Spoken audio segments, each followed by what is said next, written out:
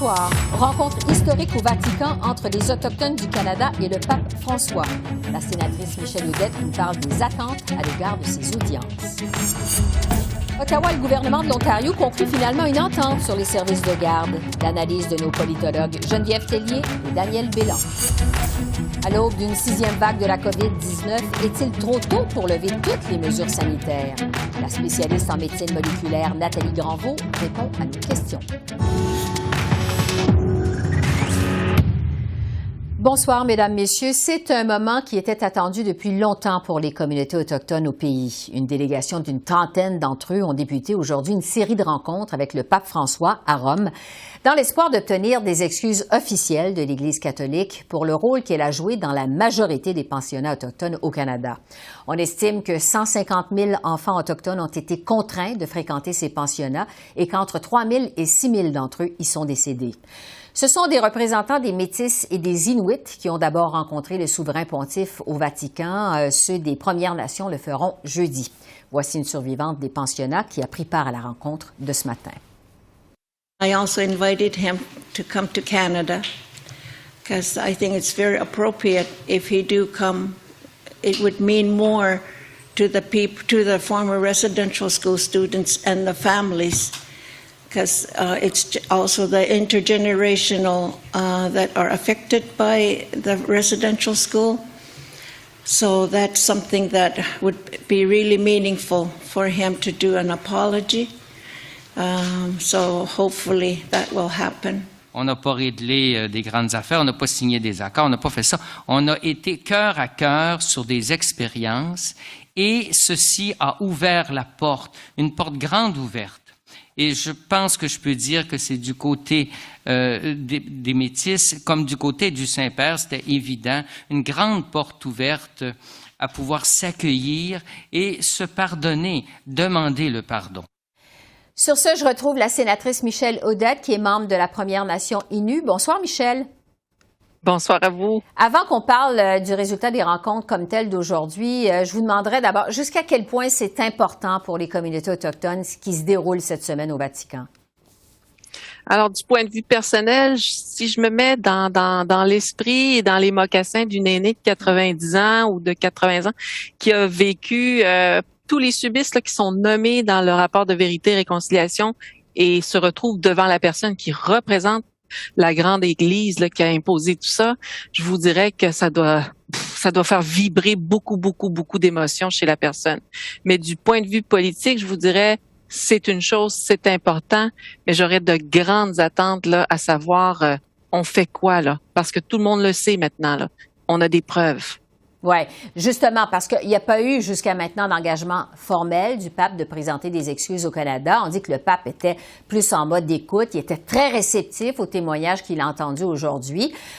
Ces séries de rencontres vont se conclure vendredi par une audience du pape avec les 3 délégations, Métis, Inuit et des Premières Nations. Quelles sont vos attentes, justement, par rapport à cette semaine à Rome? Mes attentes sont du point de vue de nos leaders qui sont là-bas, des représentants ou des gens qui ont l'expérience de vie et une voix très forte, de rappeler à l'Église que nous n'avons pas la même définition de qui était là. Alors, toute la doctrine là, autour de Terra Nullius, qui a trouvé le territoire en premier, la bulle papale. Donc, ces débats-là, ces échanges-là, pour moi, ils sont hyper important et avoir accès aux archives parce que notre parole, nous, c'est notre vérité. On a raconté nos traumatismes, nos expériences et maintenant, les archives pourraient venir s'additionner à ce qu'on a dit parce que des gens ont besoin de ces archives pour nous croire. Alors, et tout ça pour vous dire, ça, pour moi, c'est très important. Sinon, on va juste aller dans du cosmétique, dans de l'émotionnel. Je m'excuse et on passe à d'autres choses, alors qu'on n'est plus là.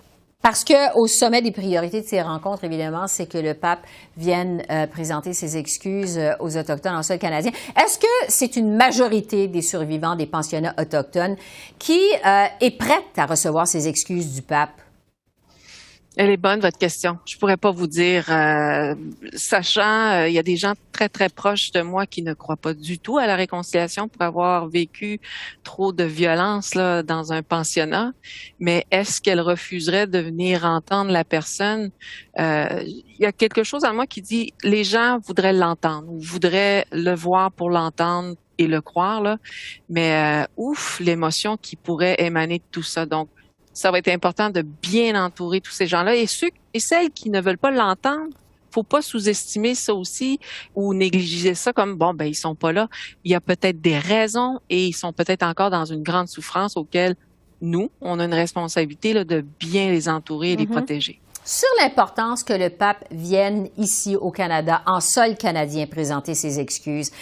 Selon un représentant du clergé qui est sur place aujourd'hui, il semble que le pape s'est montré ouvert à cette idée-là. Il aurait ça quelque part dans son calendrier. Qu'est-ce que ça ferait comme différence qu'il vienne présenter ses excuses en sol canadien? Est-ce que ça ferait une différence quand même? J'imagine que oui. J'imagine que oui, moi aussi. Ma première réaction lorsqu'on a eu écho que des gens iraient en territoire ou à Rome, rencontrer le pape, ma première réaction, ça a été avec un peu de manque de tact, là, je vais être sincère avec vous, c'est à lui de venir ici, là. Voyons donc, pourquoi on a à se déplacer? Bon, c'est sûr que je vais le redire de la même manière. Je trouve ça important que les personnes qui représentent les entités qui nous ont brisés, qui nous ont fait mal, et si ils sont sincères dans cette démarche de réconciliation, viens me voir à l'endroit où tu m'as fait mal, et à partir de là, refaisons un chapitre ensemble. Ouais, ça fait des années, on sait qu'on réclame des excuses officielles de l'Église catholique. Évidemment, la découverte l'an dernier des centaines de tombes anonymes à Kamloops et ailleurs au pays, ça a eu l'effet d'une onde de choc pour les Canadiens, mais les délégations qui ont rencontré le pape aujourd'hui ont dit que ces découvertes l'avaient aussi marqué. Est-ce que vous croyez que le pape aurait fait preuve d'une telle ouverture si on n'avait pas pris connaissance de l'ampleur du drame des pensionnats autochtones l'an dernier?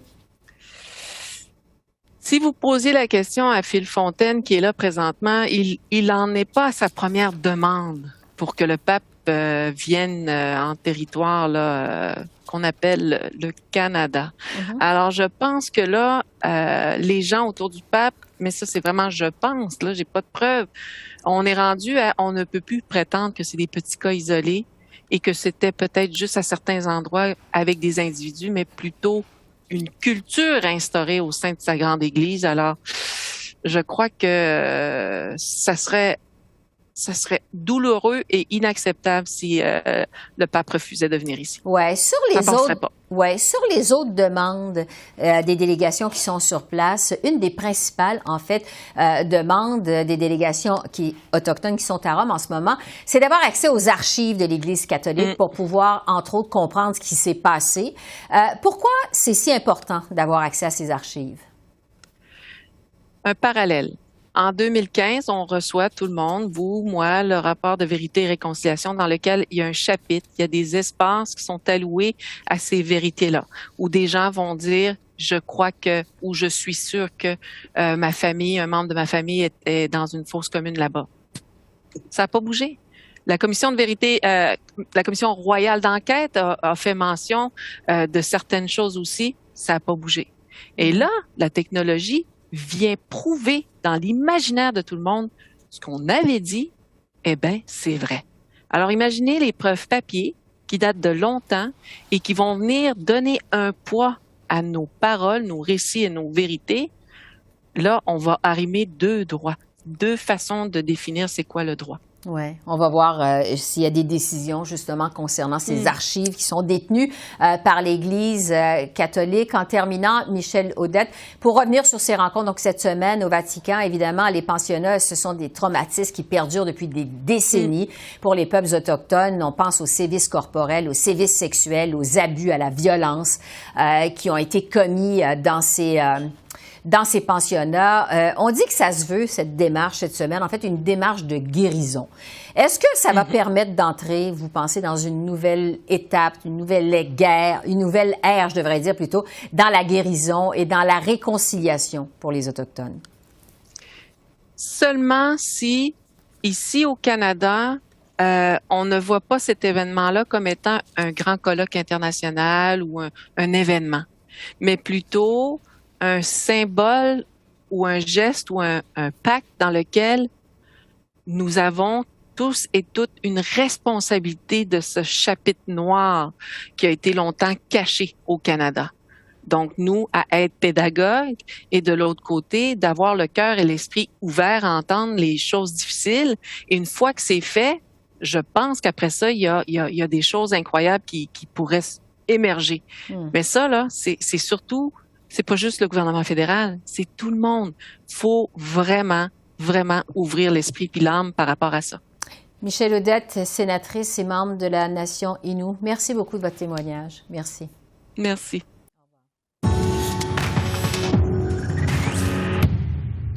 Le gouvernement Trudeau s'est finalement entendu avec celui de Doug Ford sur les garderies à 10 $ par jour, un système, comme on le sait, qui est calqué sur celui du Québec. L'Ontario recevra 10,2 milliards de dollars sur 5 ans.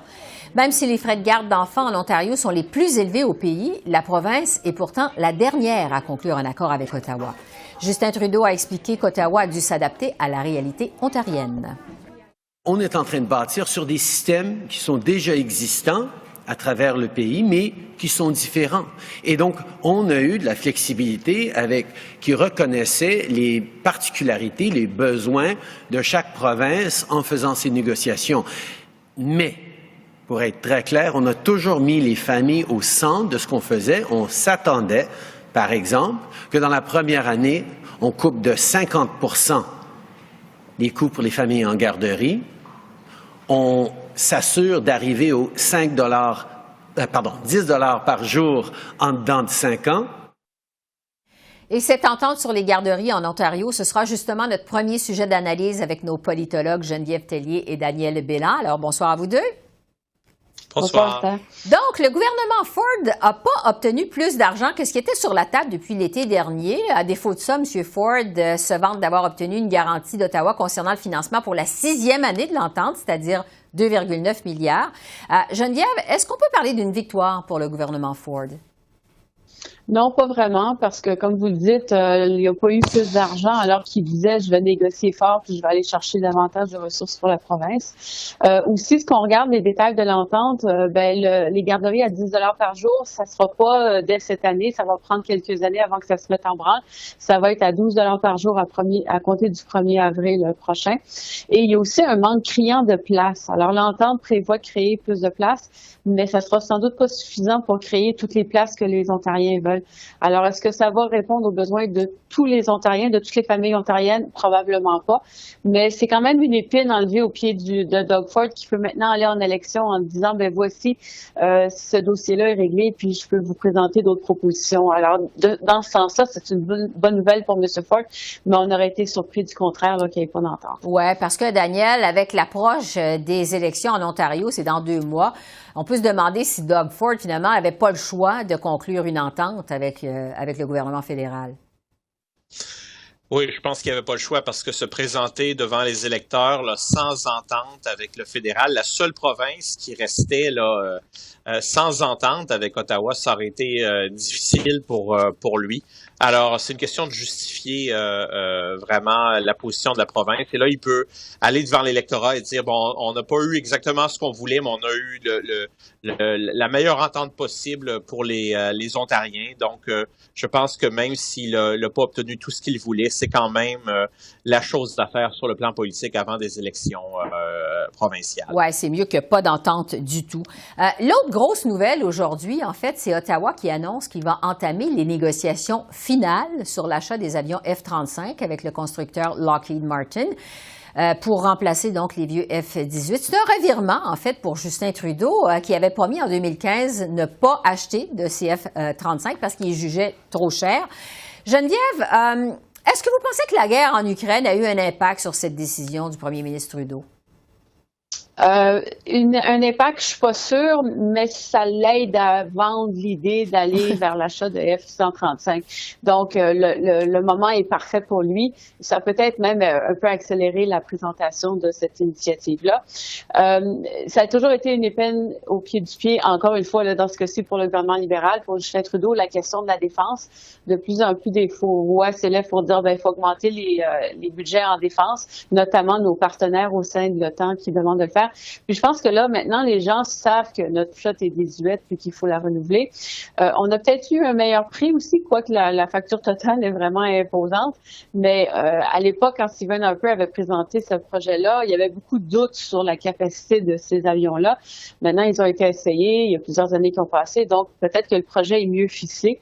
Et aussi, le budget est plus élevé, mais peut-être qu'il est plus exact, parce qu'à l'époque, on avait reproché, le vérificateur général et le directeur parlementaire du budget avaient reproché au gouvernement un peu de sous-estimer les coûts.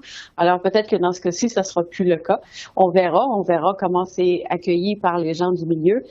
Mais je pense que oui, s'il n'y avait pas eu la guerre en Ukraine, ça aurait été beaucoup plus difficile pour M. Trudeau d'essayer de vendre cette idée-là. Oui. Daniel, est-ce que ça met la table à une augmentation des dépenses militaires dans le prochain budget de la ministre Freeland qui devrait être présenté d'ici quelques semaines? C'est absolument inévitable. On n'a pas le choix de le faire. De toute façon, je pense qu'une volonté certainement de le faire. Chez les libéraux, on a vu qu'avec l'entente avec le NPD, on a discuté ça à l'avance et le NPD laisserait ça passer malgré l'entente. Je pense que 2% du PIB, c'est le minimum, vraiment. Et je pense que pour répondre à nos besoins en matière de défense, il faudrait peut-être encore plus que ça. Alors, je pense que le minimum, qui est d'ailleurs l'objectif au sein de l'OTAN, c'est de 2% du PIB. On a peut-être besoin de dépenser encore davantage. Les conservateurs sous Stephen Harper avaient vraiment réduit les dépenses militaires. Le taux, c'était à peu près 1% du PIB en 2014. Les libéraux ont augmenté ça jusqu'à 1,4% du PIB. Mais là, on va aller à au moins 2%, sinon plus. Et c'est pas seulement les F-35, hein. Il va y avoir d'autres dépenses parce qu'on a des besoins assez criants en matière de défense. Bon, puisqu'on parle du budget, je veux revenir avec vous sur l'annonce du ministre de la Santé, Jean-Yves Duclos, vendredi, qui a annoncé en fait 2 milliards de dollars aux provinces pour alléger leur liste d'attente en chirurgie. Listes qui, comme on sait, ont gonflé à cause de la pandémie. Bon, les provinces, de leur côté, demandent encore et toujours des augmentations de transferts en santé. Geneviève, qu'est-ce qu'on doit décoder de cette annonce d'Ottawa quelques semaines du budget fédéral? Oui, c'est intéressant parce qu'on aurait pu penser qu'il aurait gardé ces fonds-là pour justement les annoncer si on avait une entente avec les provinces, puis ont décidé de le faire tout de suite. Il y a aussi la question de l'alliance avec le NPD qui va aussi avoir des répercussions sur les transferts en santé. Maintenant, dans cette alliance-là, on sait qu'il va y avoir un nouveau programme national de soins dentaires. On sait aussi que l'assurance médicaments va être relancée alors que les provinces n'en veulent pas. Et donc, on peut s'attendre à un barrage de la part des provinces qui vont dire, nous, c'est pas ça qu'on veut, on veut de l'argent directement dans nos poches, puis nous, on va décider quoi faire avec. Alors, c'est ce qui vient d'être annoncé cette semaine. Donc, c'est sans doute pour aider à faire passer la pilule pour ce qu'il va y avoir dans le prochain budget, parce que là, les provinces ne seront pas contentes. Mais évidemment, 2 milliards, c'est un début. Alors, j'imagine qu'elles vont encore demander davantage de fonds. Oui, Daniel, parce que bon, le Bloc québécois parle d'une ingérence du fédéral dans un champ de compétences des provinces, en l'occurrence, évidemment, le Québec. Avec l'alliance la semaine dernière, Geneviève en parlait il y a un instant, entre les libéraux et les néo-démocrates pour maintenir le gouvernement minoritaire au pouvoir jusqu'en 2025. Est-ce qu'on peut s'attendre à ce que le gouvernement Trudeau prenne comme ça un virage plus centralisateur dans l'avenir? C'est une possibilité, hein. Certainement, certaines des mesures, donc, qui font partie de l'entente avec le NPD, normalement, par exemple, pour ce qui est de la question pharmaceutique, là, ça va demander vraiment des négociations directes avec les provinces et ça pourrait créer des tensions intergouvernementales. Donc, c'est certain que, oui, il pourrait y avoir une poussée centralisatrice, mais même s'il n'y a pas de poussée centralisatrice, il va quand même y avoir des enjeux de politique publique où Ottawa et les provinces et les territoires vont devoir s'asseoir à la même table. Et c'est des enjeux importants où il y a beaucoup d'argent là en question quand on parle, par exemple, des médicaments, de l'assurance médicaments. Alors, je pense que ça va alimenter les tensions intergouvernementales au cours des prochaines années. Oui, Geneviève, de votre côté, puisqu'on ne s'est pas reparlé depuis cette annonce, en fait, c'est lundi soir de la semaine dernière, entre libéraux et néo-démocrates. Qu'est-ce que vous prévoyez comme effet de cette alliance entre les libéraux de Justin Trudeau et le NPD de Jack Mincing? Bien, on le voit déjà, on a parlé tantôt des F-35, les avions de chasse, et on voit que pour les libéraux, c'est beaucoup plus facile à faire passer comme mesure qui, normalement, est pas si populaire que ça. Puis chacun des partis d'opposition aurait essayé d'attaquer un peu le gouvernement sur ce projet-là. Maintenant, les libéraux savent qu'ils ont les coups des franges parce que ce ne sera pas le NPD qui va voter contre lui et donc peuvent y aller de certaines propositions de leur cru parce que ça vient pas du NPD et donc ça leur donne cette marge de manœuvre qu'ils espéraient. Alors là, on voit un effet direct, positif, tangible pour les libéraux, mais en même temps, il y a des choses en échange. Je parlais tantôt des programmes en santé, c'est peut-être que ça va un petit peu plus loin que ce qu'ils voulaient faire. Alors, est-ce qu'ils laissent pas un peu de la place dans l'échiquier politique là au centre, où certains électeurs se retrouveraient moins dans le Parti libéral et commenceraient peut-être à regarder du Parti conservateur? Donc, c'est quand même un jeu dangereux parce qu'on se repositionne chez les libéraux, plus à gauche, mais avec des annonces comme aujourd'hui en défense, on se recentre un peu. Puis je pense qu'on va jouer à cet exercice d'équilibre-là, d'équilibriste pendant les prochaines années. Je suis pas sûre que ça va durer 4 ans, l'entente. Ça reste à voir. Mais peut-être 2 ans, 3 ans, où justement les libéraux vont devoir naviguer un petit peu plus, mais en ayant quand même une certaine sécurité à cause du NPD. Et comme vous dites, ça va être un jeu d'équilibriste finalement d'ici à ce que cette entente arrête de tenir. On verra. C'est l'avenir qui va nous le dire, évidemment. Geneviève et Daniel, merci de votre analyse et on se retrouve la semaine prochaine. Merci. Bonne soirée. Au revoir. Les voyageurs entièrement vaccinés qui entrent au Canada n'auront plus à se soumettre à un test de dépistage de la COVID-19 à compter de ce vendredi, 1er avril. On se rappelle qu'Ottawa en avait fait l'annonce il y a de cela environ 2 semaines. Pendant ce temps, aux communes, les conservateurs continuent d'exiger que le gouvernement Trudeau mette fin à toutes les restrictions sanitaires fédérales. Tout ça alors qu'on parle de plus en plus de l'arrivée d'une 6e vague de la COVID. Alors, la professeure Nathalie Granvaux est spécialiste en médecine moléculaire à l'Université de Montréal. Bonsoir, Nathalie. Bonjour Esther. Bon, ça peut paraître quand même contradictoire. On lève les mesures sanitaires alors que se pointe, semble-t-il, une 6e vague. Est-ce que c'est trop tôt, justement, selon vous, pour lever toutes les mesures sanitaires? Mais c'est certain qu'avec ce qui s'annonce, avec l'augmentation des cas qui nous arrive maintenant, alors qu'on a vu ce qui s'est passé en Europe, ce qui s'est passé en Asie avec le variant BA2, c'est très risqué de poursuivre dans l'abandon des mesures sanitaires, des dernières mesures sanitaires qui restent en place à différents niveaux. Donc, il faut probablement y repenser et analyser qu'est-ce qui va se passer dans les prochains jours. Est-ce que l'augmentation des cas va coïncider avec des augmentations d'hospitalisation? Il faut prendre plusieurs critères en compte, mais effectivement, il faut y repenser sérieusement. Oui, parce que le Parti conservateur réclame, entre autres, la fin de la vaccination obligatoire pour voyager. Est-ce que vous pensez que c'est trop tôt, ça aussi? Ben, je pense que la vaccination obligatoire pour voyager, premièrement, il y a beaucoup de pays qui la demandent encore, donc il faut rester au fait de ce qui se passe à l'international. Et puis c'est quand même une bonne protection, même si c'est pas 100% efficace contre l'infection. On sait que ça, avec les 3 doses, ça diminue à peu près de 50% le risque d'infection et de transmission. Alors, je pense que c'est quand même quelque chose de significatif quand on commence à bouger beaucoup et qu'on multiplie les contacts. Bon, revenons sur l'augmentation des cas, les cas de COVID et les hospitalisations qui continuent d'augmenter au pays. C'est le cas au Québec, donc 27 hospitalisations de plus seulement qu'aujourd'hui. Le directeur de la santé publique disait hier on est en route en fait vers une 6e vague. En fait, on se demande qu'est-ce qui nous pend au bout du nez selon vous? C'est encore un petit peu difficile à dire selon moi. C'est certain que les cas vont augmenter, ça avec BA2, on l'a vu à peu près tous les pays du monde qui ont fait face à l'augmentation de BA2, on voit le nombre de cas qui monte assez rapidement.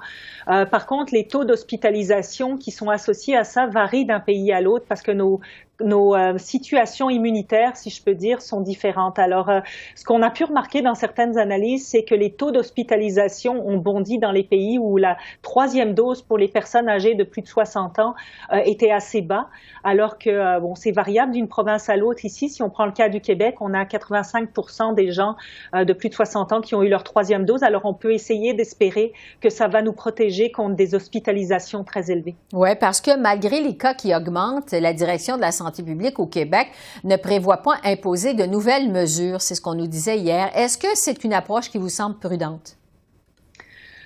C'est sûr que c'est très difficile de revenir en arrière sur des mesures populationnelles très coercitives parce que la population, on en a parlé souvent, est fatiguée et je pense qu'il n'y aurait pas d'adhésion à ces mesures. On peut par contre inciter beaucoup. Premièrement, le port du masque n'est pas encore supprimé ici au Québec.